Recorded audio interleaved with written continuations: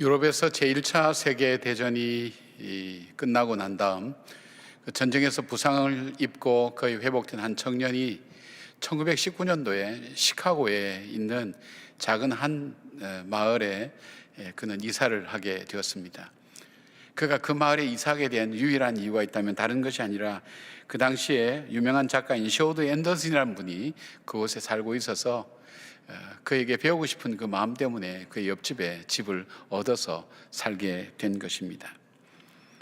이 청년은 귀찮을 일만큼 앤더슨에게 접근을 했고, 또 접근은 남다른 열정을 가지고 다가오는 이 청년을 위해서 자기가 알고 있는 모든 지식과 지혜를 나누어 주고 싶은 마음으로 계속해서 교제를 하게 되었습니다.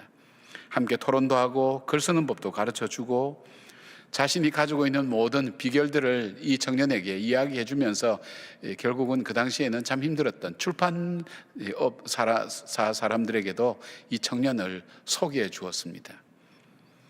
이 청년은 계속 성장했는데, 이 청년이 누군가 하면 여러분도 잘 아시는 바로 노벨 문학상과 퓰리처상을 받은 유명한 작가인 어니스트 해밍웨이였습니다.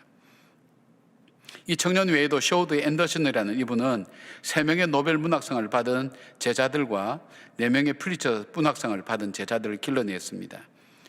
유명한 문학평론가인 말콤 카울리라는 분이 앤더슨을 향해서 이렇게 평합니다. 다음 세대의 문체와 비전에 자신의 자취를 남긴 그 세대의 유일한 작가였다, 그렇게 평을 냈습니다. 사랑하는 여러분, 오늘 많은 분들이 좌절합니다. 우리는 시대가 어떻게 바뀔지도 모르고 세대가 어떻게 바뀔지도 모르면서 우리가 해야 될 일이 아무것도 없어져 간다고 그렇게 생각할 수가 있습니다. 아마 지쳐가기도 하고 나 자신을 버티기도 힘들어가는 그 시기 속에 우리가 살아가고 있는지 모릅니다. 오늘 이 본문에 나오는 바로 이 엘리야라고 하는 이 사람은 자기 인생에 있어서 가장 좌절하고 절망하고 이제 자기는 더 이상 할 일이 아무것도 없다고 하는 바로 그 순간 하나님께서 그에게 나타나셔서 지금 바로 그 엘리야가 해야 될 일이 있다고, 그리고 그것은 지금 하는 것보다 더 중요한 다음 세대를 위해서 준비해야 될 중요한 일들이 있다는 것을 엘리야에게 말씀하고, 그리고 바알에게 무릎 꿇지 않는 7,000명과 더불어서 엘리사라는 한 사람을 소개해 주십니다. 엘리사가 자기의 시대를 살아갈 때 정말 하나님의 사람으로 이 어려운 시대를 살아갈 수 있는 사람으로 살아갈 수 있도록 훈련을 시켜주시고 가르쳐 주기를 하나님은 원하셨습니다. 그리고 또한 엘리사에게는 바로 엘리야를 통해서 자기 시대를 살아갈 정말 믿음의 사람이 어떤 사람인가 하는 것을 배우기를 하나님은 원하셨습니다. 여러분, 죄를 짓는데 죄인의 종류가 몇 가지가 있습니다. 첫째는 자기가 죄를 짓는 죄인이 있고요, 그 다음에 남들까지 죄를 짓게 만드는 죄인이 있고요, 죄를 짓는 제도와 법을 만들어서 모든 사람이 죄 가운데 들어가도록 만드는 그런 사람이 있습니다. 아합 같은 사람을 그렇게 얘기하죠. 저는 이 시대가 그런 시대가 아닌가 하는 생각을 해봅니다. 이 시대 속에 이 시대의 어둠을 이겨내고 이 시대 속에서 하나님의 생명의 복음을 전할 수 있는 사람, 바로 그런 사람은 어떤 사람인가? 바로 하나님은 또 그런 사람을 길러내기 위해서 오늘 우리에게 주시는 삶의 모습이 어떤 것인가 하는 것을 바로 이 엘리야를 통해서 우리가 함께 배우기를 원합니다. 자, 엘리야가 엘리사에게 가르친 다음 세대를 위해서 우리가 배워야 될 삶의 내용과 모습은 어떤 것일까요? 첫 번째는 기도의 능력입니다. 엘리야에게서 가장 특징적으로 볼 수 있고 배울 수 있는 것은 기도입니다. 그는 하늘에서 불을 내리도록 했고 비를 3년 반이나 내리지 않게 하며 또한 그 땅에 생명의 단비를 내리게 했던 능력이 기도에서 나온 것이었습니다. 엘리야는 특별한 사람이 아니라 바로 기도의 사람이 행할 수 있었던 능력을 행했던 사람이었습니다. 야고보 사도는 야고보서 5장 17절 18절에서 이렇게 말씀합니다. 엘리야는 우리와 성령이 같은 사람이로되 그가 비가 오지 않기를 간절히 기도한즉 3년 6개월 동안 땅에 비가 오지 아니하고 다시 기도하니 하늘이 비를 주고 땅이 열매를 맺었느니라. 이 크고 놀라운 일에 대해서 성경이 말씀하는 것은 우리와 성령이 같은 사람이로되, 그리고 이 모든 일은 기도로 이루어졌다는 것을 바로 우리에게 말씀해 주시면서 어려운 시대를 이겨나는 삶의 원리가 무엇인가? 기도로 현실을 이기고 자신을 이기고 환경을 이겨나가는 바로 그 지혜를 말하고 있습니다. 달라스 신학교를 교수를 역임한 하워드 핸드릭스 목사님은 엘리야의 기도의 특징이 한 세 가지가 있다고, 많이 있지만 한 세 가지가 있다고 그렇게 말씀했습니다. 첫째는 그는 엘리야의 기도는 간절한 기도라는 것입니다. 그 간절한 기도를 원어대로 번역하면 직역하면 이렇게 나옵니다. 그는 기도 속에서 기도했다. 그래서 좀 더 쉽게 표현을 하면 그는 하나님과 가까이 갈 수 있을 만큼 최대한 가까이 가서 하나님께 기도했다는 것입니다. 그만큼 그는 하나님 앞에 간절하게 기도했다는 것, 하나님께서 도우시지 않으면 되지 않는다는 그 절박함을 가지고 기도한 그 기도였다고 그렇게 얘기합니다. 두 번째로 엘리야의 기도는 기대하는 기도였다는 것입니다. 끝까지 드렸던 기도라는 것입니다. 기도에도 아무런 변화가 없었지만 사환에게 올라가서 바다편을 바라보라는 말을 7번까지 다시 가라고 얘기합니다. 7번은 완전수입니다. 무엇을 말합니까? 응답할 때까지 할 수 있었던 이유가 뭘까요? 하나님께서는 반드시 이 기도에 응답하신다는 그 기대와 믿음을 포기하지 않는 사람만이 드릴 수 있는 기도가 바로 이 기도입니다. 하나님 응답을 기대했던 사람입니다. 세 번째는 그는 기도의 능력을 믿었습니다. 엘리야의 기도는 메마른 땅을 적시는 환경의 변화가 일어났습니다. 그리고 어떤 변화가 일어났습니까? 마차를 타고 가는 아합왕보다도 무려 56km를 그가 달려서 먼저 이스라엘이라는 그 지역까지 먼저 가게 되는 능력이 증거되고 나타났습니다. 여러분, 기도할 때 어떤 일이 일어납니까? 기도할 때는 하나님은 기도를 통해 환경을 바꾸십니다. 메마른 곳을 촉촉하게 적십니다. 생명이 살아나게 만드는 역사도 있지만 더 중요한 것은 기도하는 사람에게 하나님의 능력이 임한다는 것입니다. 세상을 이길 힘, 나 자신을 이길 힘, 사단을 이길 힘은 어디에서부터 나옵니까? 바로 이 기도에서부터 이루어진다는 것을 알 수가 있습니다. 기도밖에는 우리의 할 일이 없다는 절박함을 가지고 하나님 앞에 더 가까이 가서 엎드리며 간절히 기도했던 그 엘리야를 통해서 하나님은 그 어려운 시대를 사용하신 것처럼 바로 그 기도를 통해서 엘리사를 통해서 그 어려운 시대를 이겨내고 견뎌내고 그리고 하나님 말씀을 선포하며 사람들에게 용기와 힘을 주기를 하나님은 원하셨습니다. 이 모든 일이 누구를 통해서 이루어졌습니까? 바로 기도하는 한 사람 엘리야를 통해서 이루어졌습니다. 그 기도하는 한 사람을 통해서 비가 왔습니다. 기도하는 한 사람을 통해서 비가 오지 않았습니다. 기도하는 한 사람을 통해서 하나님은 생명을 살리시고 그리고 하나님 역사를 이루어 가셨습니다. 하나님이 찾는 사람은 시대마다 어떤 사람을 찾습니까? 유명한 사람, 대단한 지식을 가진 사람이 아니라 바로 기도하는 한 사람을 찾는다는 것입니다. 그 기도하는 모습을 엘리사로 하여금 엘리야에게서 배우기를 원했던 것입니다.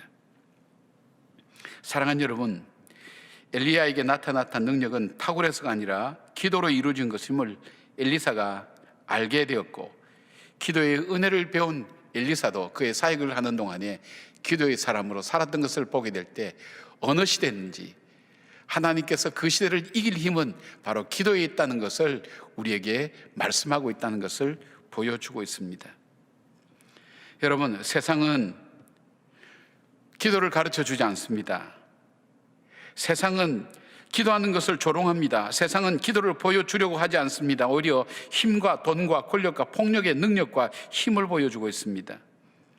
요즘 많은 매스컴이 보도하는 것이 무엇입니까? 불행의 삶으로 이어지고 죄가 됨에도 불구하고 보여주어서는 안 될 죄의 다양한 모습을 인간의 권리라는 명목으로 주장하는 사람들의 모습을 보여주고 있지 않습니까? 심지어는 학교에서조차 교육 내용을 가지고 가르치고 있지 않습니까? 하나님이 원하시는 인간이 아니라 정말 자신의 목적과 권리를 위한 도구로서 문화와 예술이라는 이름으로 포장해서 자기의 유익을 취하고 가르치고 그리고 보여주고 있지 않습니까? 이런 시대를 어떻게 이겨나갈 수 있겠습니까? 자신만 죄를 짓는 것이 아니라 다른 사람까지도 죄를 짓게 만들고 그 죄를 제도와 법으로 만들어서 죄 가운데 모두 들어갈 수 있도록 만드는 이 시대를 이길 수 있는 능력이 어디서부터 나옵니까? 거기서 얼마나 우리는 무기력함을 느낍니까? 이 기도의 그 능력이 어디서부터 나오는가 하면 기도에 있다는 것을 하나님 말씀하고 있습니다. 맞습니다. 우리 자신의 힘으로는 낙심할 수밖에 없습니다. 이겨낼 수가 없습니다. 아합의 권세와 이세벨의 권세를 이겨낼 수 없지만, 그보다 더 악한 세대를 이겨낼 수 없지만, 하나님은 엘리야의 그 기도를 통해서 그 시대를 이겨나가고, 그 시대 속에서 하나님께서 행하시기를 원하시는 하나님의 거룩한 뜻을 행했던 바로 그 사람 엘리야를 통해서 엘리사를 만드셨고, 무릎 꿇지 않는 7,000명을 만드셨고, 그 어두운 시대에 하나님의 계획과 역사를 이어갈 수가 있게 된 것입니다. 오늘 우리 주님도 우리에게 기도하기를 배우고 기도하면서 살아가기를 원하십니다. 이 어려운 시대를 이기는 것, 그것은 돈에 있는 것도 아니요, 코로나가 빨리 끝나는 것도 아니요, 우리에게서 내가 가지고 있는 문제가 해결되는 것도 아니요, 우리가 이 시대를 이길 수 있는 유일한 힘이 있다면 바로 기도에 있다는 것을 꼭 배우기를 원합니다. 그리고 그 증인으로 저와 여러분을 주님은 부르고 계십니다. 이 시대를 기도하는 사람으로 우리의 자녀들에게, 우리 후손들에게, 우리 이웃들에게 정말 저 사람은 자신의 운명을, 자신의 어려움을, 이 시대의 어려움을 기도로 헤쳐나가는 살아계신 하나님 믿는 사람이라는 그 증인으로 살아가는 저와 여러분 되기를 바랍니다. 두 번째로 엘리야에게서 배우기를 원했던 것은 하나님의 절대 주권에 대한 믿음입니다. 사람들은 어떤 것에 복종하게 됩니까? 힘 있는 것에 복종합니다. 또 어떤 것에 복종합니까? 자기 유익이 있는 곳에 복종하게 됩니다. 그 힘이 자신의 생존에 영향을 주고 이해에 유익을 준다고 생각한다면 복종할 뿐 아니라 오히려 그것을 숭배하고 미화시킵니다. 오늘 본문을 보면, 본문 앞뒤로 보면 엘리야가 계속해서 사용하는 표현이 나옵니다. 그거는 여호와께서라는 표현입니다. 엘리야가 이제 승천을 앞두고 마지막에 가서 여호와께서라는 표현을 사용한 것이 아닙니다. 엘리야의 지금까지 모든 삶은 바로 그 하나님의 말씀을 따라서 이루어졌다는 것을 그는 증거하고 있습니다. 자, 그 하나님 말씀에 순종할 수 있었던 이유가 뭘까요? 하나님께 절대 주권이 있다는 것을 그가 믿었기 때문입니다.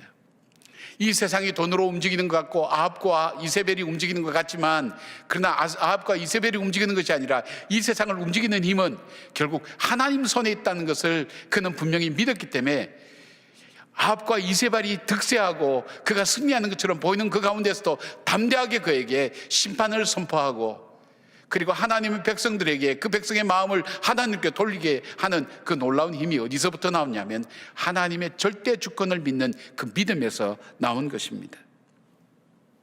갑자기 아합 앞에 나타나서 하나님의 심판을 선포한 것도, 그가 인간적인 절망과 그리고 포기 가운데 있을 때 다시 일어서서 용기를 가질 수 있었던 것도 하나님의 절대 주권을 믿었기 때문입니다. 세상은 내 능력이나 환경이나 여러 어떤 것에서 이루어지는 것이 아니라 바로 하나님의 손에 있다는 것을 믿는 사람은 하나님 말씀을 지킵니다. 하나님 말씀을 따라갑니다. 하나님 말씀에 순종하게 됩니다. 이것이 바로 하나님을 향한 절대 믿음입니다. 이 믿음이 없이는 결코 우리가 하나님 말씀에 순종하거나 따라갈 수가 없습니다. 시편 146편 3절에서 5절 시편 기자는 이렇게 고백합니다. 귀인들을 의지하지 말며 도울 힘이 없는 인생도 의지하지 말지니 그의 호흡이 끊어지면 흙으로 돌아가서 그날에 그의 생각이 소멸하리로다. 야곱의 하나님을 자기의 도움으로 삼으며 여호와 자기 하나님에게 자기의 소망을 두는 자는 복이 있도다. 여러분, 시편 기자의 고백이 그겁니다. 높은 사람들, 귀한 사람들, 지식이 많은 사람들, 그들이 우리에게 힘이 되고 희망이 되는 것처럼 그렇게 보여서 의지하지만 그 호흡이 끊어지면 한순간에 흙으로 돌아간다는 것입니다. 우리는 역사 속에서, 우리의 상황 속에서 이런 일들을 많이 바라보고 있습니다.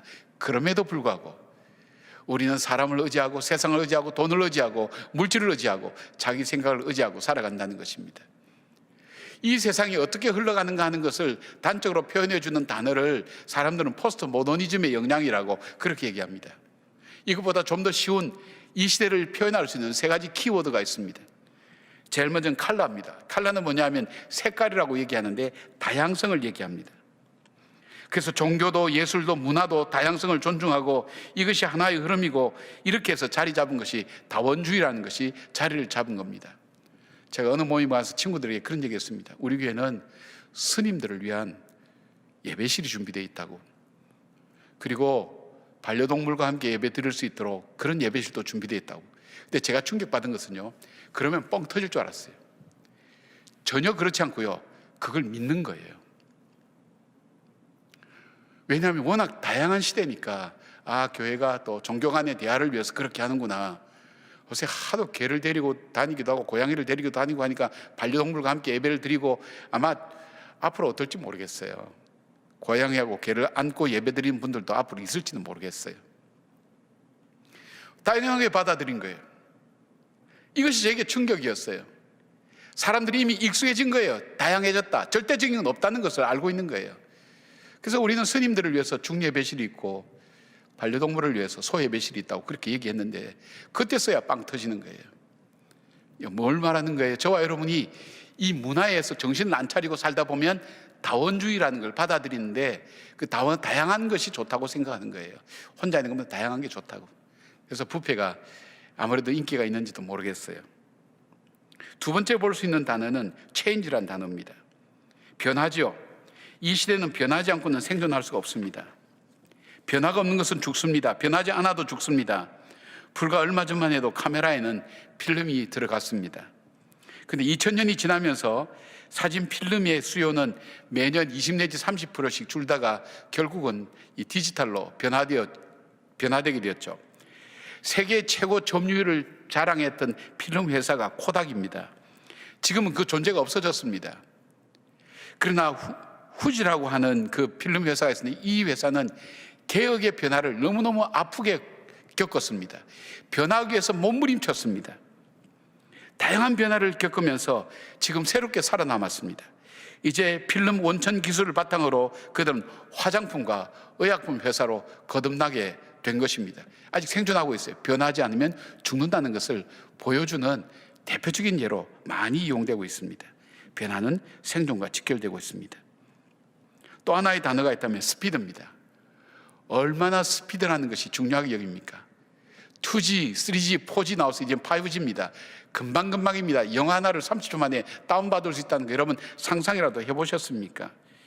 매년 발행되는 트렌드 코리아라는 책에 보면 이 시대가 얼마나 빨리 변하는가를 잘 보여주는 것인데, 그 중에 하나는 이 변화의 속도를 우리가 쓰는 단어가 못 따라갑니다. 그래서 신조어가 계속해서 많이 생깁니다. 여러분, V노믹스라는 말을 여러분 이해하세요? 못 배웠을 겁니다. 이거는 바이러스가 만들어가는 경제라는 겁니다. 그러니까 이 코로나가 만드는 경제, 이걸 얘기할 때 V노믹스라고 얘기합니다. 또 하나요, 롤러라이프라는 거 들어보셨나요? 이거는 롤러코스터와 라이프가 합병되어서 만든 건데, 바로 뭐냐면 롤러코스터를 타듯이 즐기는 삶을 얘기하면서 동시에 순간순간 변화가 일어나는 그 변화 앞에 적응하면서 살아가는 삶을 표현할 때 롤러라이프라고 얘기합니다. 이 모든 것이 담고 있는 것이 뭘까요? 컬러, 체인지, 그리고 스피드가 담고 있는 동일한 것이 뭐냐면, 이 세상은 절대적인 것이 없다라는 것입니다. 절대적인 없다는 것이 거기서 끝나는 것이 아니라 우리의 마음속에 들어오고 우리 심령 속에 들어와서 하나님은 절대적인 존재가 아니라는 것이 자연스럽게 우리 마음에 찾아오게 되면서 우리의 이 신앙이 점점 없어져 가는 것입니다. 그러니까 어떻게 됩니까? 질서나 규칙이나 공공성이 중요한 것이 아닙니다. 자기 자신이 중요하고 자신의 이익이 우선순위가 된다는 것입니다. 그래서 집단 이기주의가 나오고 편가르기가 나오고 물질이 가장 중요하고 숭배되는 것이 바로 이 시대입니다. 물질이 있으면 나도 할 수 있다는 물질 만능주의가 큰 흐름으로 자리 잡게 되었습니다. 여러분, 우리가 왜 우상 숭배를 하나요? 여러분 혹시 굿 해보신 분 있죠? 예수 믿기 전에 굿 왜 하시나요? 귀신에게 내가 복종하기 위해서 합니까? 아닙니다. 귀신의 마음을 달래든지 협박하든지 어떻게 하든지 그 귀신이 갖고 있는 뜻을 내 뜻으로 한번 바꿔보겠다고 해서 굿을 하는 거 아닙니까? 이것이 우상입니다. 우리가 신앙을 갖고 있는 게 뭡니까? 나에게 있어서 어떻게 하든지 하나님 말씀대로 나를 바꾸어 보겠다고 하는 것이, 이게 신앙이 아닙니까? 우상 숭배는 그거 아닙니다. 그러니까 우상 숭배는 결국 뭘까요? 나 중심적인 사고와 생각 속에 머물러 있는 것이 바로 우상 숭배입니다. 이 세상은 자기 자신을 숭배하는 세상이 되었습니다. 그래서 얼마 전만 하더라도 사람들이 이야기를 들으면 이것이 맞는 얘기인지 틀린 얘기인지 right or wrong에 대한 관심을 갖고 봤어요. 이것이 정말 진리인지 아닌지. 그러다 세월이 조금 바뀌었어요. 사람들이 바뀌면서 이것이 옳고 그름에 대한 것이 관심이 없어졌어요. 이것이 나에게 좋은 것인지 싫은 것인지에 대한 관심으로 바뀐 거예요. 악한 것도 내가 좋으면 선하게 만드는 것을 사람들은 요즘 하고 있는 거예요. 재밌는 얘기 해볼까요, 여러분? 백설공주의 그 마법을 깨웠던 왕자는 이 키스했다는 이유로 성추행범으로 요즘 몰렸다는 거예요. 이야기가 그렇게 바뀌어요, 여러분. 또 재밌는 얘기가 있어요. 개미와 배짱이 얘기도 있을 거예요, 여러분. 개미는 열심히 해서 겨울에 우리가 배웠던 이솝우화에서 어떤 그림을 봅니까? 겨울에 배짱이가 양식 빌리러 가는 그 그림을 우리는 아직도 기억하고 있지 않습니까? 그런데 얘기를 어떻게 바꾸는가 하면, 개미는 젊을 때 너무 열심히 일해서 나이가 들어서 대사증후군도 오고 관절염이 다 상해서 그 번 돈을 병원비에 다 써버리고, 배짱이는 놀다가 불렀던 노래들이 히트가 치면서 마지막에 부자로 살았다. 얘기가 이렇게 바뀌어지고 있습니다. 우스운 얘기가 아니라 세상 이야기들이 그렇게 바뀌어지고 있다니까요. 어떻게 해요? 내가 오르면 내 중심으로 모든 것을 바꾸어 버리는 세상이 된 거예요. 윤리와 도덕의 기준이 바뀌기 시작합니다. 세상의 모든 것이 달라지기 시작합니다. 거기에 영향받고 거기에 교육받는 아이들이 자라게 됩니다. 여러분, 지금은 하나님의 절대 주권하면 비웃는 곳이 너무 많습니다. 낡은 것이라고 생각합니다. 아방 시대에 자기 유익을 위한 종교인 바알과 아세라를 우상으로 숭배하는 그 시대에 하나님께서 엘리야를 통해서 이 백성이 변치 않고 하나님의 백성으로 살아남을 수 있는 방법이 뭘까? 하나님의 절대 주권을 믿는 것입니다. 바로 이적과 기적도 바로 이 엘리야를 통해서 보여주심으로 하나님께서는 이 엘리사에게도 이 세상에 죽고 사는 것과 화복이 하나님께 달려있지 결코 세상에 있지 않다는 것을 배우고 또 그것을 익히고 그것대로 살아가기를 하나님 원하셨던 것입니다. 여러분, 저와 여러분은 어떤 시대에 살고 있나요? 말씀드린 것처럼 아까 이세벨의 시대에 살고 있지는 않습니까? 죄를 제도로 만들어서 죄가 죄인 줄 깨닫지 못하고 살아가게 만들고 죄를 당연하게 여기는 그 세상 속에 살고 있어서 사람의 기준이 바뀌어지고 자기 이익이 최고로 되어져 가는 그 시대에 우리는 살고 있습니다. 이 시대를 살아낼 수 있는 힘이 뭘까요? 말씀의 절대권입니다. 말씀 속에서 우리의 생명이 있고 말씀 속에서 우리의 소망이 있고 말씀 속에서 우리가 걸어갈 길이 있다는 것을, 그래서 그 말씀이 내 발의 등이 되고 내 길이 빛이 된다는 그 사실들을 우리가 믿음으로 고백하지 않으면 살아갈 수 없는 시대에 우리는 걸어가고 있다는 것입니다. 사랑하는 여러분, 주님 말씀 속에 생명이 있습니다. 그리고 우리가 이 어려운 시대 속에 우리가 하나님의 그 말씀을 믿고 살아가는 그 모습을 통해서 우리의 자녀들이 인생이라는 것은 하나님 손에 있구나 하는 것을 그들이 배우게 됩니다.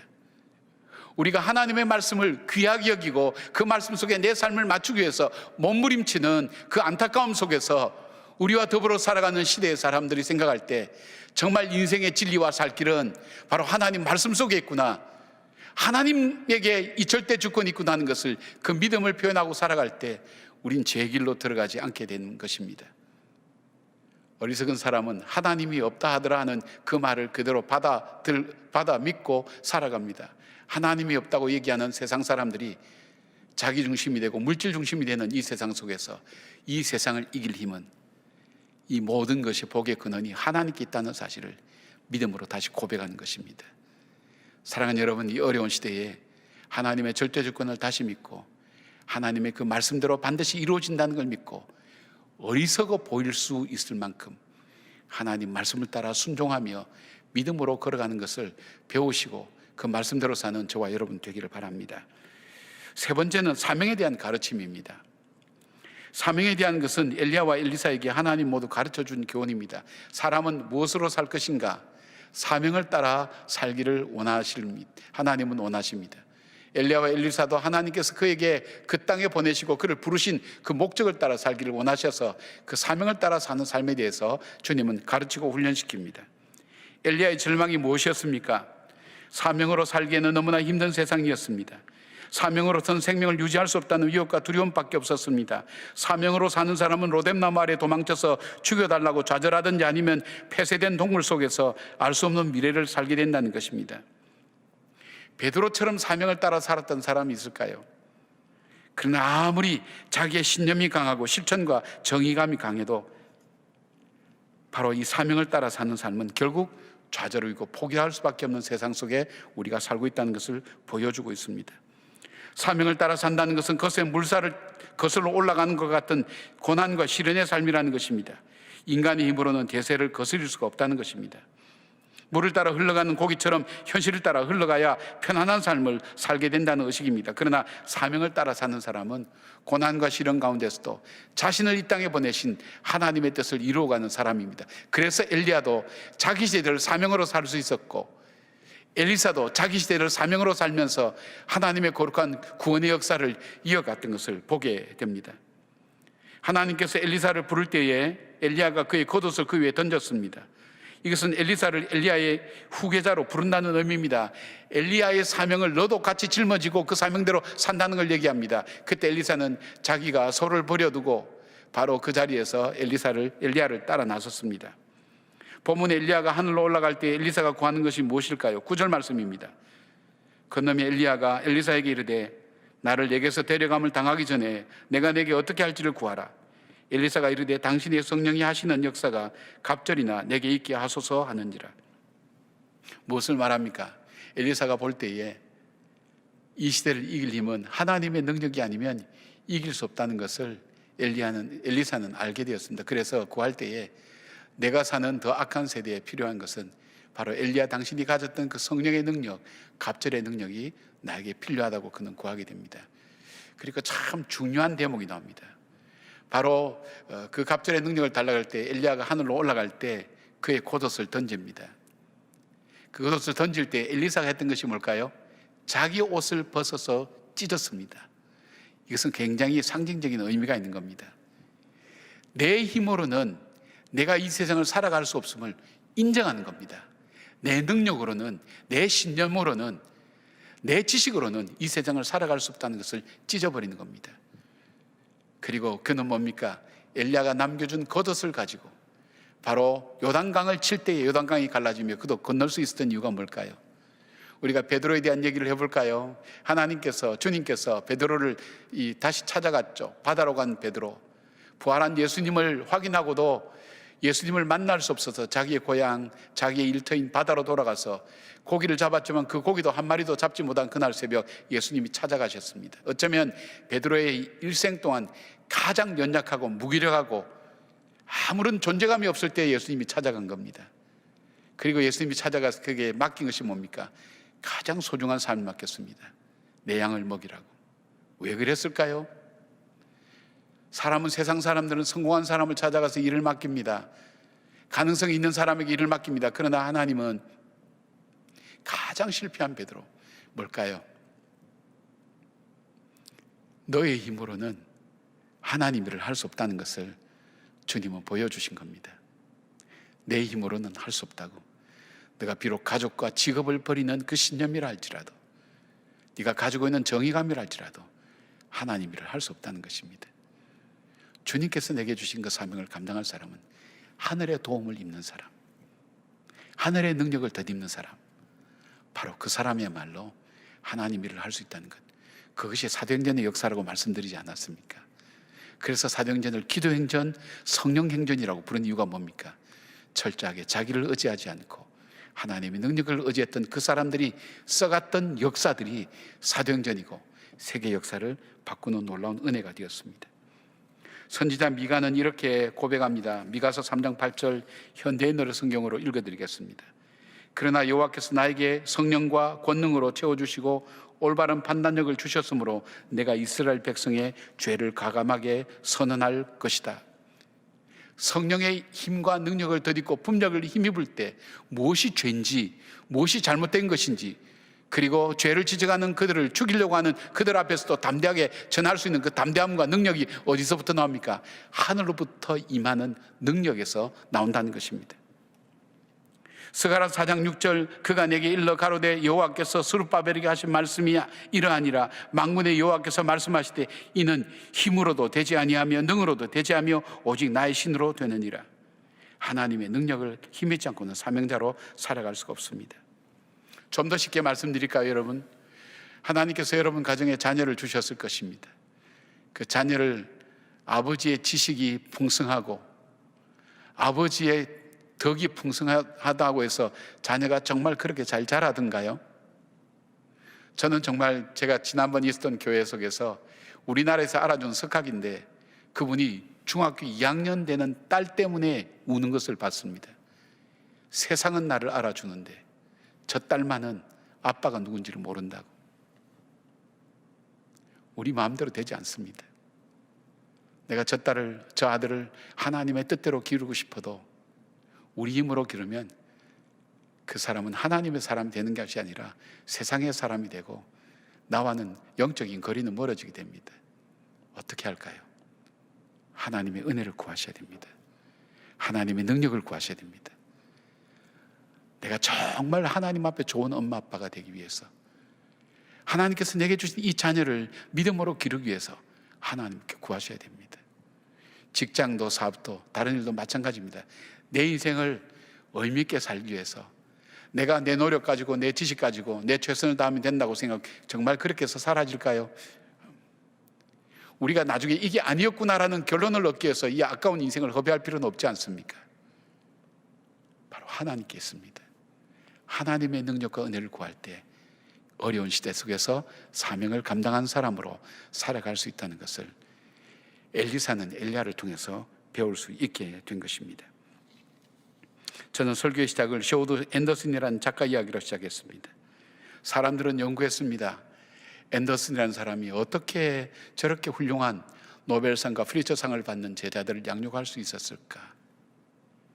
그것은 자신의 경험과 실패에서 녹아내린 삶의 아픔과 그리고 따뜻함을 묶어서 문장을 쓰고 글을 쓰고 그리고 함께 토론하며 사고를 개발하고 생각을 개발하는 일에 앞장섰습니다. 그리고 무엇보다도 사건보다도 사람에 초점 맞추는 그 일들을 훈련시키게 될 때 바로 그 제자들은 자기 속에 있는 좋은 자질들이 살아나면서 세계의 많은 사람에게 영향을 줄 수 있는 좋은 작가로 세워줄 수 있게 된 것입니다. 사랑하는 여러분, 주님은 오늘 이 시대에 우리를 엘리야로 부르셨습니다. 우리가 살아가는 삶이 우리 삶이 아니라 우리의 삶은 우리의 자녀들에게, 이웃들에게 영향을 줄 수가 있습니다. 어떤 영향을 주시겠습니까?